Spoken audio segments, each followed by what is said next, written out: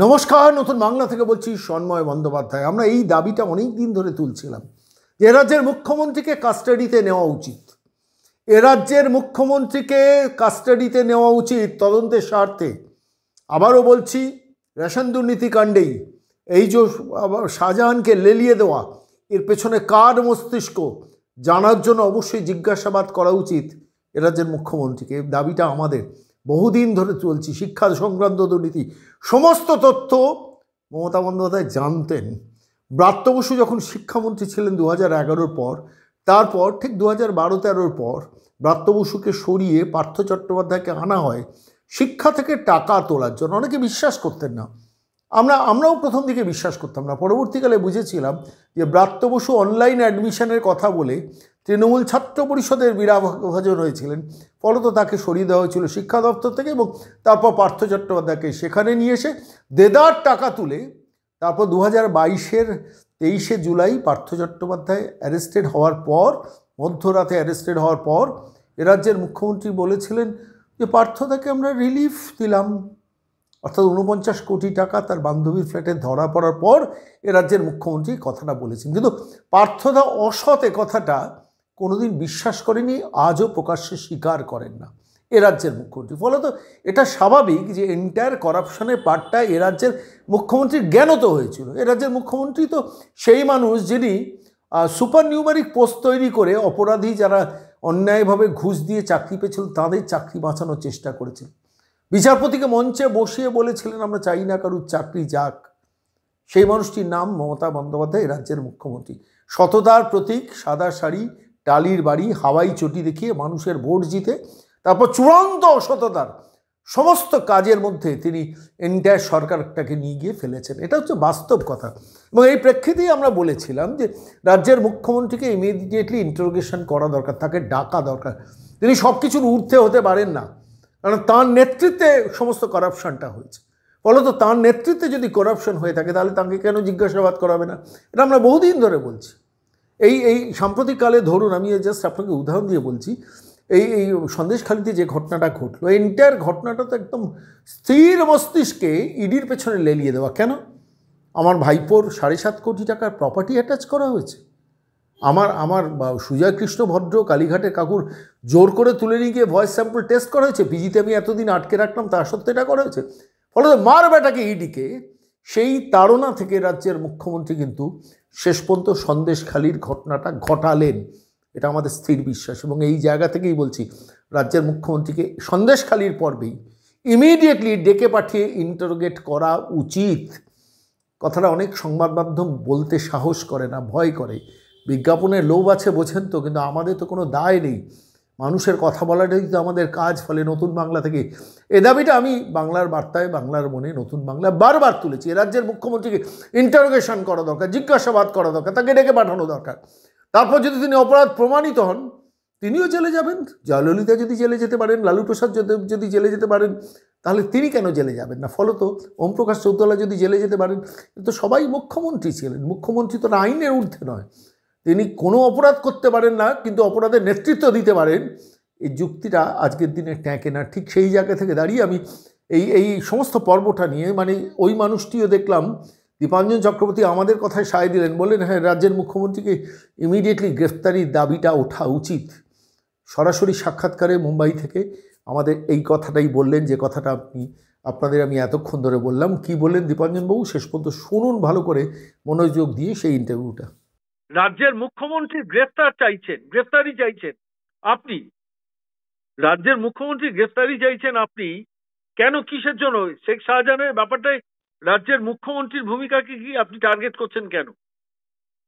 না দেখুন সন্ময়দা, ব্যাপারটা হচ্ছে আজকে যা ঘটনা ঘটলো সারা ভারতবর্ষের সামনে পশ্চিমবঙ্গের মাথা কিন্তু ধুলোয় মিশিয়ে গেল। এবং এই যেরকম ভাবে সংগঠিত ভাবে, আমি তো বলবো এরা সন্ত্রাসবাদী, রোহিঙ্গা এবং অনুপ্রবেশকারী, যারা দক্ষিণ 24 পরগনাটাকে একটা অংশকে মোটামুটি সেই এক মনীষীর কথা মতো মিনি পাকিস্তান বানিয়ে দিয়েছে। এবং যেরকম ভাবে সংগঠিত ভাবে এরা ইডির লোকজনদের ওপর হামলা করেছে, কেন্দ্রীয় বাহিনী থাকা সত্ত্বেও আজকে যে কোনো মুহূর্তে ইডির অফিসাররা মারা যেতে পারতেন এবং সেটাই ওদের প্ল্যান ছিল। এবং এই যে ব্যাপারটা হয়েছে এটা একটা বহিঃপ্রকাশ। আজকে আমি শাসক দলের দুজন মুখপাত্রর মুখ থেকে শুনলাম, তাদের নাম নিয়ে আর তাদের আমি গ্লোরিফাই করছি না, ওই কি সব বলে টলে লোকে কি সব স্কোয়ার ফিট ইত্যাদি, সেই সমস্ত লোকরা বলছেন যে ইডি সিবিআই এর ওপরে মানুষ খেপে গিয়েছে তার বহিঃপ্রকাশ। তো এই যুক্তি দিয়েই বলছি খেপিয়েছে কে?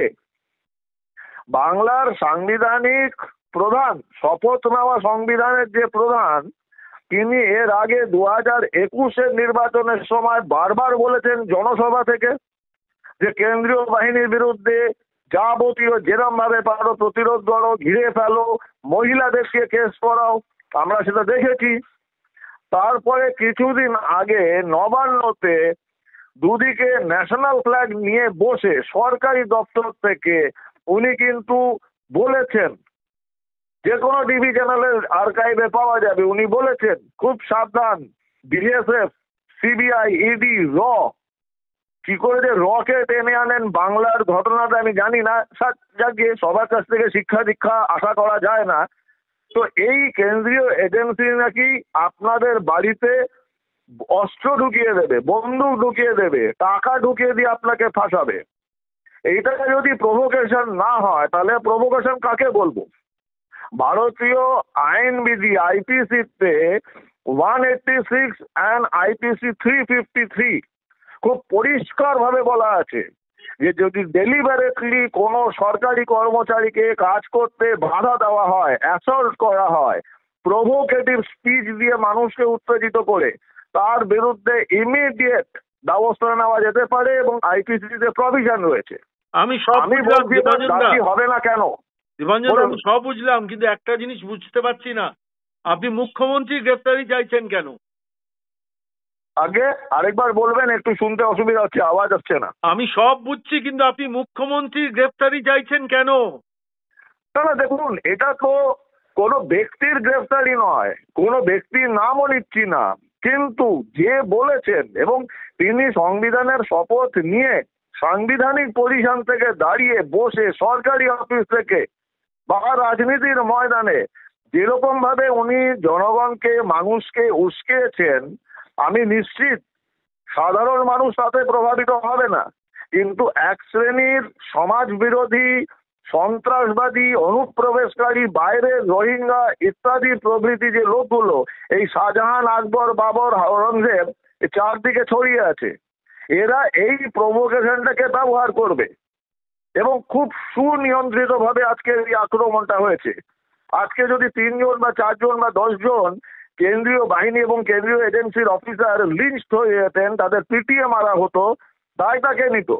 তখন তো বলা হতো যে জনগণের আক্রোশ, যেটা বলেছেন ওই স্কোয়ার ফিট তারা তো বলছে যে জনগণের স্বতঃস্ফূর্ত ক্ষোভ, তার বহিঃপ্রকাশ, এটা স্বতঃস্ফূর্ত। তাহলে তো বলতে হয় তো পাকিস্তান হয়ে গেছে, পশ্চিমবঙ্গ নেই আর। এখনো যদি এর বিরুদ্ধে ব্যবস্থা না হয়, আর কবে না হবে? সন্ময়দা, ঠিক আছে, আমি বুঝলাম সেটা। এবং আরেকটা ব্যাপার, আরেকটা প্রশ্নে আপনার সঙ্গে আমার একটু সামান্য এই ব্যাপারে আলোকপাত করলে ভালো হয়। যেটা শোনা যাচ্ছে, রাজ্যের পুলিশকে, বসিরহাটের এসপি কে কাজে লাগানো হয়েছে ইনস্ট্রাকশনটা পাঠানোর জন্য, এদের মারো। দেখুন সন্ময়, যদি এটা সত্যি হয়, আমি এই জায়গায় আসতে যাচ্ছি, যদি এটা সত্যি হয়, কি মারাত্মক প্রবণতা, বুঝতে পারছেন? পুলিশের এসপি কে কাজে লাগানো হচ্ছে। দেখুন সন্ময়দা, ব্যাপারটা হচ্ছে যদিও এক্ষুনিও সেটা কোনো প্রমাণ নেই, কিন্তু সেটা সন্দেহের বাইরে থাকতে পারছে না। কারণ একটি নির্দিষ্ট জায়গাতে 1000-1500 মানুষ জড়ো হচ্ছে, আর এরা কিন্তু মব, এরা ক্রাউড নয়, ভিড় নয়, এরা সংগঠিত একটা ভিড়, যারা সংগঠিতভাবে পরিচালিত হয়েছে কোনো মাথার দ্বারা, এবং তার পেছনে অপরাধী মস্তিষ্ক রয়েছে। আর এত বড় কিছু হচ্ছে, পুলিশের কাছে কোনো খবর নেই, এটা হতে পারে? যেটা আমরা আশঙ্কা করেছিলাম, আপনিও আশঙ্কা করেছিলেন, সেই DG control to police station, তার কোনো প্রভাব নয় তো? কিন্তু এটা আবার বলছি, আমি আজকে কেন্দ্রীয় বাহিনীর জওয়ানদের স্যালুট করব যে তারা কোনো প্রভোকেশন, প্ররোচনায় পা না দিয়ে আজকে কোনো ঘটনা ঘটতে দেয়নি, নিজেরা মার খেয়েছে। কারণ এই মুহূর্তে এই রাজনৈতিক দল, এই সরকারে এদের কিন্তু এখন একটা লাফের প্রয়োজন, যাতে মেরুকরণ করা যায় সামনের নির্বাচনকে সামনে রেখে। এবং এই যে তারা চোরেদের এখন ঘাড়ে হাত পড়েই গেছে প্রায় ইডি সিবিআই এর, সেটার থেকে জনগণের দৃষ্টি ঘুরিয়ে দেওয়া, এই দুটো উদ্দেশ্য নিয়ে এই ভয়াবহ ষড়যন্ত্র তৈরি করা হয়েছে। এটা যদি ইমিডিয়েট ব্যবস্থা না হয়, এর বিরুদ্ধে কিন্তু খুব খারাপ একটা নিদর্শন হয়ে থাকবে। সন্ময়দা, অনেক ধন্যবাদ দীপাঞ্জন দা, অনেক ধন্যবাদ, এত মূল্যবান মতামত আপনি দিলেন।